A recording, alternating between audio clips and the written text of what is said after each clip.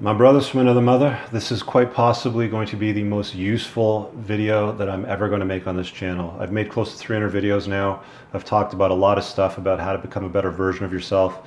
This is something that I haven't really gone into yet.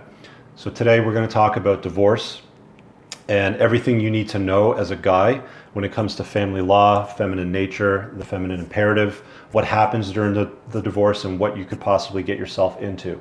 So I want you to pay very close attention. And again, if there's somebody that needs to see this video, and I'm talking to you ladies as well, you may have a brother, an uncle, a cousin, somebody that may need to see this video, it could save their life, literally. The suicide rate in men is literally close to 10 times higher than it is in women going through divorces. And it's not because they don't have a backbone or they're a pussy or they should man up. It's because it's literally that bad that they have no other recourse other than to do that. So I want to start by saying the ultimate life hack, guys, is finding the right partner in life. If you choose the wrong partner, it can be an ultimate nightmare for you. The problem is a lot of guys are really, really bad at understanding family law and really bad at choosing the right partner when it comes to life. And you may not be the first, and I may not be the first, and others that I've talked to and coached that have been divorced may not be the first. There's going to be many, many more, but I'm really doing this video because I'm hoping that it helps people understand so they get into what they're doing with their eyes wide open. First thing that I'm going to say is you really truly don't know anybody until you get married. That's when you're going to see their true colors, and it's when they get divorced that you're going to see their ultimate colors. You're going to see their DNA, what they're really all about. So just keep that in mind, because you're going to understand once I start getting into stuff here. The other thing that I want you to get, fellas, is if you're going to get married, you got to do it on your terms, because when you get divorced, everything with family law and the way the government works, the legal system, is completely in her favor. So you get married on your terms. Make sure you do this, because if you get divorced, you're getting divorced on her terms.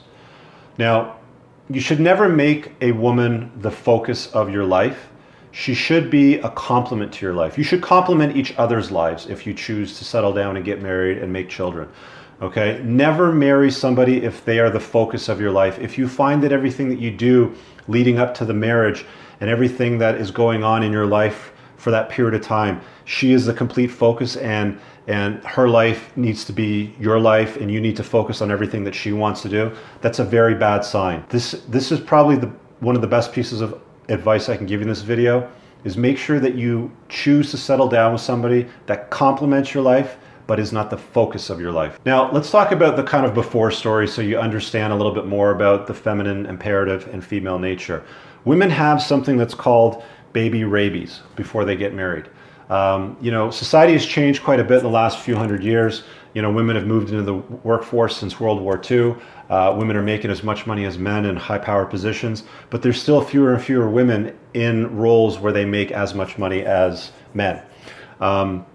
What they focus on for the most part is they go to school, they get their career, they get their nicely paying job, and then by the time they're 35-ish or so, they're like, my biological clock is ticking, and it might be time for me to settle down and make babies. For some women, it's even sooner. I've talked to some women even as early as 29, 30 years old, where they feel the strong desire to just settle down and have children. And while they may not have the right partner in their life at that time, any guy will do for them, as long as they have good genetics, because they look at genes of the guy that they're going to reproduce with, of course, and they're stable enough in their life that they can financially provide. That's really the barrier to entry for some women. I'm not even kidding. I've had this conversation with more than one woman that's told me the exact same story. It goes something like this. I was 29 years old and I came back from traveling Europe or doing something overseas or whatever, and I just felt the need to have children. So I got back with my ex-boyfriend and we popped out a couple of kids, and then 10 years later it doesn't work out. So guys, I just want you to pay attention to that. It's something that you need to be aware of. Baby rabies is real, it's true, it does happen. And sometimes women may force the issue of getting married and settling down and having kids because of their imperative. Again, make sure that you're doing it because she complements your life, not because she needs to be the focus of your life. Now, you want to live with the woman before you get married so you can see what you're getting into. You don't truly know somebody until you live with them. The mistake that I made, I was in a short marriage for a few years. I've been divorced for about 4 years now. The biggest mistake that I made that I can share with you is live with somebody before you get married, because you really don't know anything about anybody before you live with them. And I'm talking about not just, in marriages. I've had roommates, I've had friends. There's been all kinds of scenarios where you're like thinking, oh yeah, they seem like a good person. You live with them, you're like, wow, there's some surprises. Okay, so it's always a good idea to live with a person before you get married. Forget what religion or society tells you it's a bad idea. Do it. Trust me, it could save your life. It could save a number of years and a shitload of money that you might lose through a divorce and access to your children. Trust me on this one. Make this a priority. Make it a rule of yours. Now, if you're having problems when you're living together, marriage and kids don't solve that. It only amplifies the problems. If you're not getting along well before you get married, living together, do it for at least a 6 months period of time. If it doesn't work out, call it quits and move on. You can find somebody else that's always a better fit. Don't have one-itis, okay? A lot of people end up with this disease that I call one-itis, where they basically like laser focus on one person, like I have to marry that person, they're for me, and you keep fighting and breaking up. Like if you're going to marry, or like couples counseling before you get married, if you're fighting and breaking up, if you're calling off the wedding, these are all big red flags, okay? It's your intuition. It is the universe telling you you've met somebody that's the wrong fit. Do yourself a favor and do them a favor and call it off, hold firm. Don't surrender to the bullshit and carry on and get back together. Call it off, hold firm, and let them find somebody else that's a better fit, so you can move on and find somebody else that's a better fit. Because the shit that happens on the back end with divorce, and if you have children, can be a nightmare. Now, when it comes to divorce, guys, there's very, very little in the legal system, the way the government facilitates divorces, that's in your favor. Women have no incentive to behave well on the exit at all, whatsoever. And I'm going to share some stories with you now so that you get some insight into what can happen to guys during the course of a divorce. The government and the legal system basically idealizes single mothers like they're an asset to society. The truth of the matter is that children that don't have their fathers in their life, so people that get divorced and the women sue for full custody, or the majority of the custody where they have the kids like 80-90% of the time, and the father gets like a bullshit every other weekend here and there and a dinner here and there. All of the control, all of the money flows to them. I'm going to talk more about that in a second. But women are idealized as being amazing. You see it in articles, even on dating sites, 10 or 15 reasons to date a single mom. The truth of the matter is teenage pregnancies, teenage gang activity, something like 80% of inmates in the jail system, drug addiction problems, suicide. There's something like 7 to 10 times higher in children that are nearly fatherless or are fatherless. Okay, so it is extremely important to understand that a child needs its biological father in its life. And women have no incentive whatsoever during the course of divorce to behave well or to accept that as a reality. In fact, women think that they have a God-given right to ownership of that child because it came out of their body. For whatever reason, through acrimonious divorces or where there's a struggle in divorce, women use the child as a pawn. They have full control usually over the custody of the child, and there's very little things that you can do. There's some things you can do, which I'll talk about in a minute, but there's very little that you can do when it comes to the divorce and how things are going to settle when the dust settles through divorce. They have a lot of control and very little incentive to behave nicely and look at the best interests of the child. And even though the court system and the government says they have the best interests of the child at heart, it is not true, because none of the rules, none of the regulations, none of the laws are written to support a good father-mother relationship with the child. There's been law that's been brought to the table by members of parliament, which would basically automatically assume that there would be 50-50 custody in any divorce unless one of the parents can prove the other parent's a total degenerate loser. So one parent's a stand-up individual, virtuous, and the other person is a cocaine dealer. That's a scenario where they could argue that this person needs to have the child. But in every scenario, it should be 50-50 custody. The problem is that it's not. Something like 85 or 95% of custody orders are awarded to mothers. And it gets bad from a whole bunch of other different perspectives. If you live with a single mother that you're dating, guys, for example, and she's been divorced and she's got kids, and she tells them to look upon you as a father figure because you've lived together for a few years, you may choose to leave, but guess what? You could be on the hook for paying child support for children that aren't yours. They didn't come out of your balls, they don't have your last name, but you're paying for them. That's how bad the family law system is. That's how bad the legal system is and how badly it fleeces men. If a few years ago, for example, the NBA issued a release to all of its players to make sure that when they're on the road, they, one, bring their own condoms, and two, they flush them down the toilet. Because women were meeting these players, they were throwing the condoms in the garbage and they were taking the dirty condoms when they went to the bathroom and impregnating themselves, and guys were on the hook.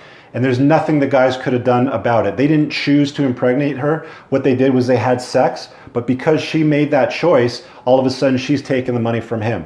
This is a very real problem. And here's the interesting part about family law and divorce as well. Let's say that you're together as a couple, you've been together for a long time, and guys, you're injured at work. Maybe you break your back and you can't work for 8 to 12 months.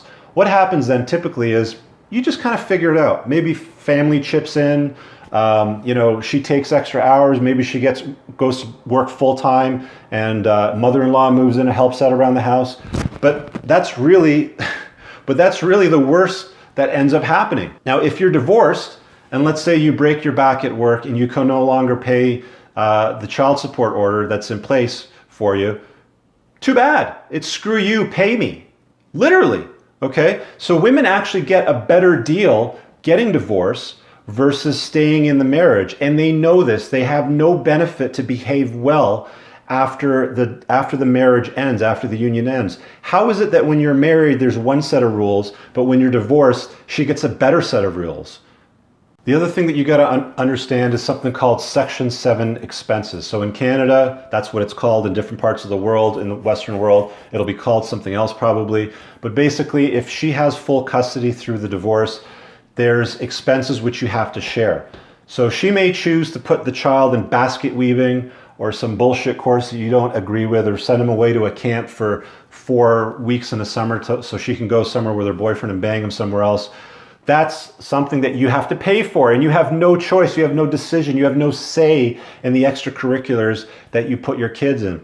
So I want to emphasize this on the divorce side of things. If you are going to end the marriage, you need to get shared custody. It's as simple as that. Guys, as far as you know, these children or child may be the only one that you may have in your life. And if you let them be the primary caregiver, just because you want to get out for whatever reason, you can end up in a scenario where they make all the choices. They want to fly around the world and go to Morocco and India and Japan and wherever else in the world. Guess what? You can't do anything about it if they're the primary caregiver. They meet somebody that lives 5,000 miles away and they want to move across the country, but your job or your business is here. They can do that. They don't need to ask your permission. They want to hyphenate the last names of the children. They can do that. They don't need to ask for your permission. They want to introduce medical care or, certain religious upbringings that you may not necessarily agree with. There's nothing you can do about it. If you don't have a shared custody order, there is nothing you can do about it. Now, guys, one of the things that you can do to make sure that you do get shared custody is to stay in the home until you have a signed separation agreement. Don't move out. Don't go anywhere else. Stay in the matrimonial home. Continue to share your time with the child, and don't let her get between you and the shared time with the child. There's a number of techniques and things that you can do that will allow you to get through that part very successfully. I'm going to try to keep this video as short as possible, so I'm not going to get into it. You can book a one-on-one call with me afterwards. I'll tell you how to do that at the end of the video. But you absolutely, positively, if you give a shit about your child, if you give a shit about how they're raised, if you give a shit about your own economics, your own finances, if you give a shit about anything that has to do with your child or your own welfare, you need to have a shared custody order. It's as simple as that. As soon as you surrender those rights to her, you're screwed. Let me give you another example of how badly men get screwed, how the set of rules change after divorce versus while you're married. Let's say you're married and your monthly expenses for food, I don't know, depends on how many kids you might have, diapers, clothing, some extracurriculars, maybe a few $100s a month, $400, $500, $600 a month, let's say. After you get divorced, all of a sudden, the child support tables here in Canada anyway, which are complete bullshit, what ends up happening is that figure that you might be paying, and by the way, guys, you'd be splitting like the $500 a month, right? Roughly, hopefully.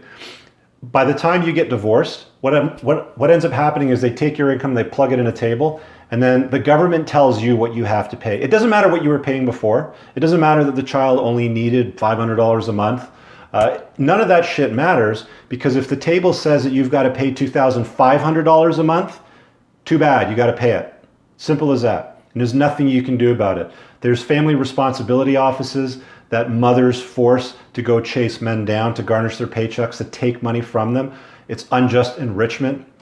It's unbelievable how somebody could be spending less than $500 a month, say they're doing $250 each, to take care of a child, and then after they get divorced, it goes up to $2,500. It's insane. It just is what it is, guys. Hell hath no fury like a woman scorned. There are some women that are reasonable and might say, just keep paying me the $500, never mind what the tables say. I'm okay with that. I'm happy with you being able to afford your own house, so when the kids visit you, they've got a bedroom and a bed and sheets to sleep in and things like that. But a lot of women, they don't really give a shit. All they want is the cash. And let me share with you some examples. There's a guy that I coached through a divorce where they were having problems before they got married, a lot of problems actually. And what ended up happening was she went through the term of the pregnancy, and she had planned this thing all along. She went through the term of the pregnancy, and a day and a half after she had the child, he came home from work and he found everything was gone. Okay, the kid was gone. There was a note on the table. All the baby equipment was gone. She had moved out and left a note basically saying, I want to get divorced. I've taken the kid, talked to my lawyer, here's his contact information. He went through the most miserable phase of his life for a couple of years. I literally had to talk him off a cliff because he wanted to end his life. He still to this day, many, many years later, even though he gets to see his kid on a semi-regular basis, he still doesn't have shared custody, and he doesn't have any control over decision making, and all the money flows to her. He still to this day says that woman ruined my life. Let me tell you another story of a guy that I coached. They get divorced. She leaves him.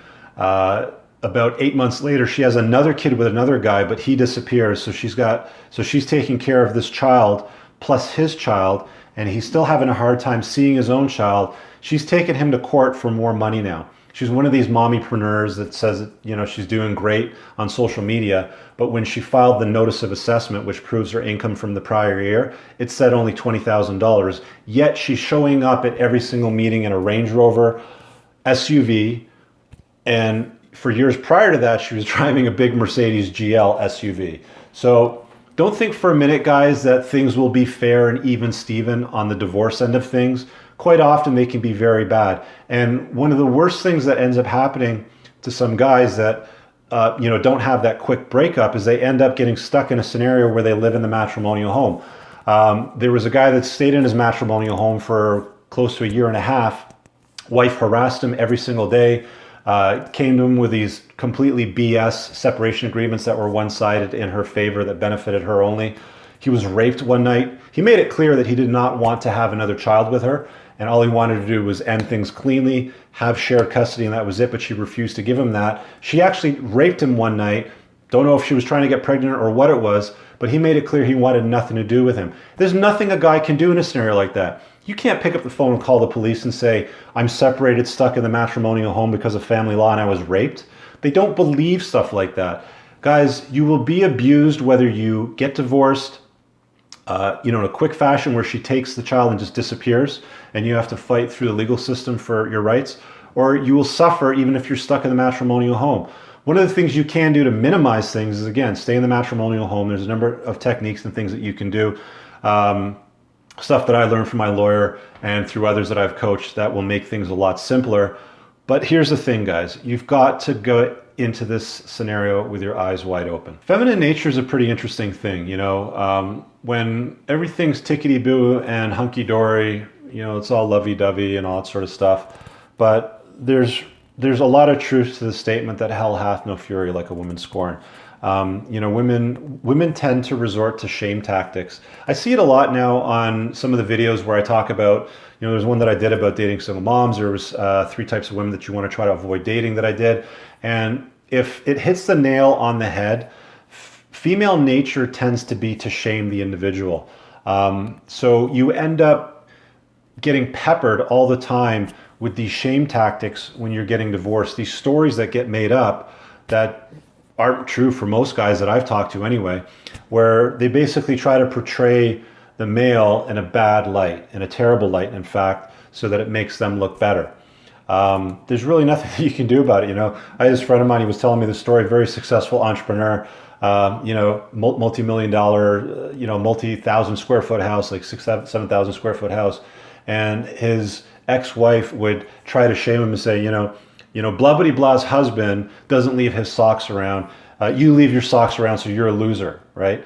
And women tend to compare your worst to somebody else's best when it's convenient for them. So a lot of this sort of stuff can happen and really drain you emotionally, even physically, as you're getting divorced. It really does take a toll on your mind and your body and your finances and everything, your day-to-day business when you're getting divorced. It's a very, very difficult time for every guy and the few women that I've talked to as well. It's tough. Now, men tend to love emotionally.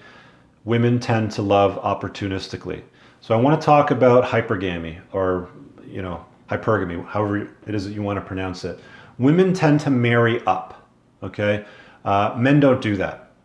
We live in a world where men tend to make more money than women. It's just a fact. I know that feminism comes along and says, oh, we're getting ripped off. We're only making 75 cents on the dollar. That's a bullshit story very quickly. It's because women choose caregiving roles, teachers, early childhood provider, dental hygienist, 9-to-5 professional careers, so they can focus on the outside parts of their life, like being a parent.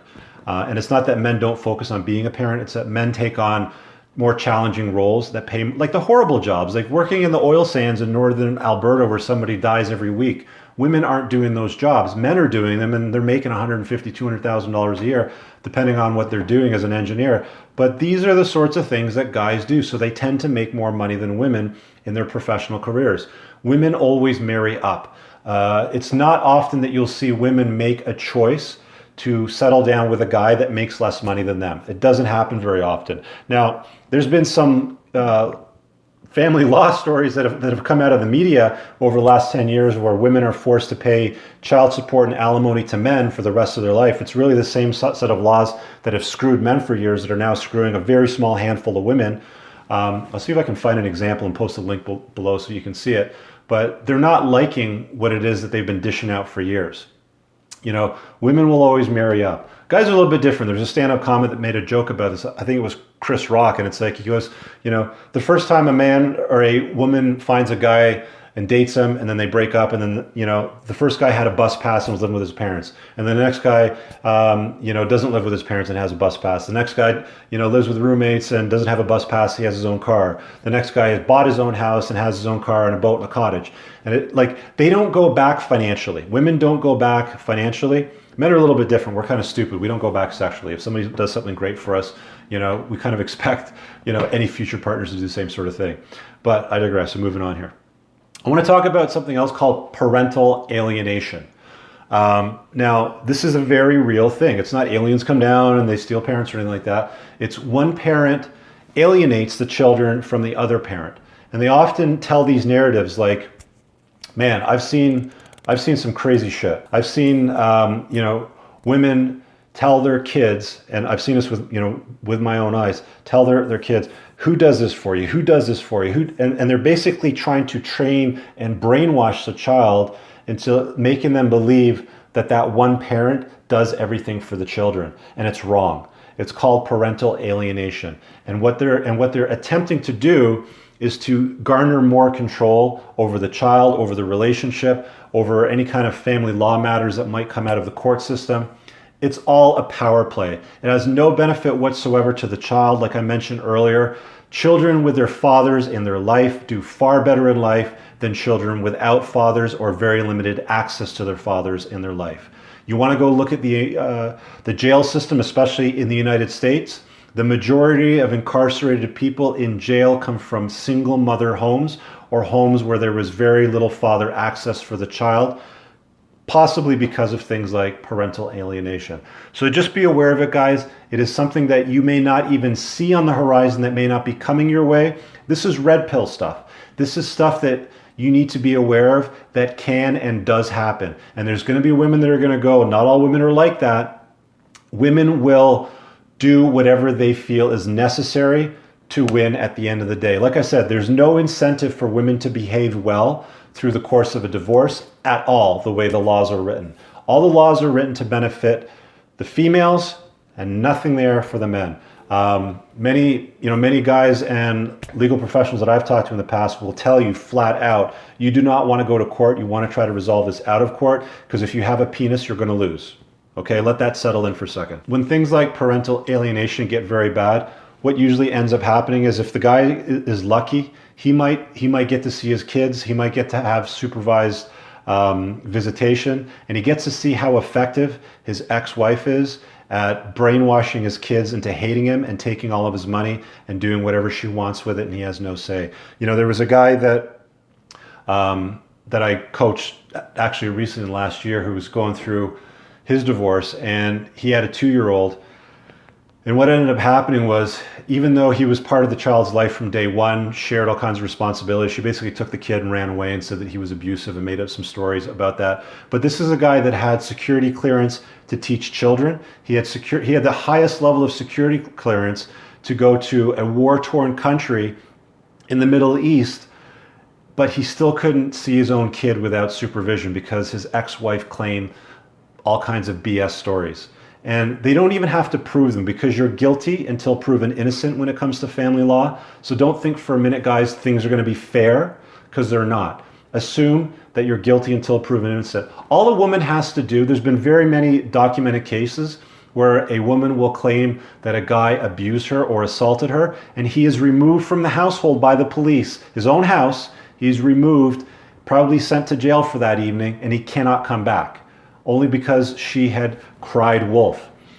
Many documented cases where women have hit themselves with bats and cuts and things like that, and they've been proven after the fact to be total BS. But assume that you're guilty until proven innocent when it comes to divorce. It's a very, very difficult thing. It's a tough pill to swallow, but it's 100% true. Let's talk about the leavee and leavor relationship. So in any breakup, there is always somebody that is being left and the person that is choosing to leave the person.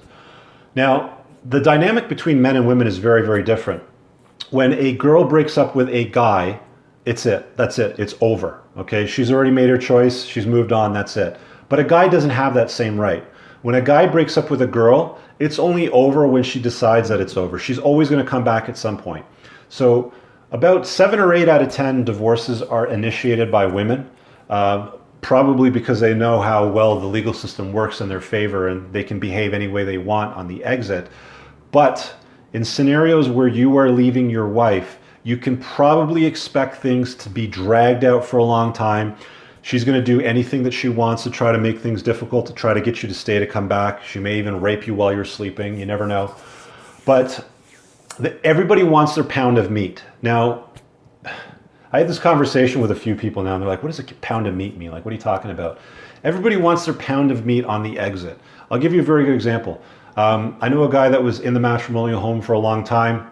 When they finally got to the separation agreement, they started talking about the payout for the matrimonial home that they were living in. She was going to stay in it. He was going to move out and buy something new. And this woman's parents were going to buy him out of the home. Now, this pound of meat turned into well over $150,000 loss for him, because through the negotiation of trying to get out of the house, you have to settle on a price. You don't put a for sale sign up in the front of the lawn. Somebody gets an appraisal who, you can doctor, you can encourage the appraiser to do whatever they want with writing down the number. And then you get bought out of the house. Now, the true value of that house, I saw all the information. The true value of that house was a minimum of $100,000, $120,000 more. But that was her pound of meat. He said, you know what? Let her have it. I got screwed on that deal, but I can always make money back. You can never make time back. So just remember that, guys. Getting divorced, time is something that you can never buy. Money you can always make again. It's tough. It's really tough, Somebody's going to want their pound of meat. And it's usually the person that's hurt that wants that. And it may not be a pound. It might be 100 pounds, but you got to... It's basically the price to pay. It's the cost of admission to leave. It's that expensive. Now, one of the questions that came up in the last video that I had done, and I got messages, is how do you choose the right person? Like how do you find the right person to marry? And I got some incredible stats on this. I'm going to put a link in the low bar below on a video that Stefan Molyneux did. on sex and love. And these stats are verified. They were obviously studied by the government, so I'm going to share them with you right now. The chances of being in a stable marriage, so defined as 5 years plus, are in the 60% range if the age of first sexual activity with your partner is 19 plus. If it's 14 or younger, it's less than 40%. So if your partner, and this is for men and women, but I'm talking to you guys because it's mostly guys that watch this video. So if your partner lost their virginity at an age of 14 years or younger, the chances of you being in a stable marriage are considerably lower than if she was 19 or older when she lost her virginity. And there's a lot of debate on why that is true, but it's a fact. So if you've got somebody in your life that you're married to or looking at marrying, and she was very promiscuous when she was younger, she lost her virginity at 13 or something like that, crazy, your chances of being in a stable marriage are going to be low. So that's one of the indicators of being in a stable relationship, long-term relationship marriage, is somebody that wasn't a hoe when they were in high school, okay? Another interesting stat, if she had 16 or more partners, chances of a stable marriage are less than 20%. So if she's had sex with more than 16 people, the chances of that marriage being stable and lasting long-term are less than 20%. I can't even make this up because these are research stats. Again, link in the low bar, check it out. What's up, guys? Sorry the video ended so abruptly. I actually ran out of memory card space on my camera. So I just finished editing. Just to close on the last point, people were asking, how do you choose the right partner so you don't get screwed in a divorce? And overwhelmingly, the answer to that is you want to find a partner that hasn't had a shit ton of partners and lost her virginity at a young age, so 19 plus, with less than, I think it was, sorry, I got to scroll back up here in my notes, something like 16 partners. So that's it for the video. I hope you found that helpful and useful. I do get messages and emails from people asking me questions after the fact on videos like this, and I don't mind responding and helping people. But I do it on a one-on-one coaching basis, especially for something like this. I spent the better part of today making the video, now editing it, now I got to upload it and stuff and create the thumbnails. So dust off the wallet, spend a little bit of cash and book a call. You can talk to me one-on-one. It'll be a private conversation between you and I, and that's it. And I'll give you the best value that I can when it comes to getting divorced and cleanly as possible. I can tell you about a lot of the techniques that I've used and suggested to other people, which have come out the other side a lot better than what they would have had they not talked to us. Anyway, that's it for today. I hope you enjoyed the video. Again, if there's somebody in your life that needs to see this, share it with them. It's a very important message that most guys don't understand, and we tend to ignore or not acknowledge. Divorce sucks, family law is not even in your favor, and female nature is not well understood. Those that have taken the red pill understand it a little bit better, but I'll be talking more about red pill stuff on my channel probably in the coming years as well. Hope you enjoyed it. Oh, by the way, some good resources, I'll link them in the low bar. Check out divorce discussion forums. There's one called ottawadivorce.com. I'll put it up here somewhere. And there's another one which basically houses all case law called Canley, CANLII.org. And you can search on there for case law under divorce, custody orders, child support, stuff like that. And you can actually read what happens to these sorts of cases in family law. And you can see how badly a lot of these guys get fleeced. So don't take my word for it. Do your own research and understand what you're getting into. If you're going through a divorce, I'm happy to help. I've helped a lot of people, and if it helps one guy, that's all that I'm that's all that I'm happy with, because it's a shitty process, and I want guys to go into it with their eyes wide open. Anyway, we'll talk to you guys later. Peace.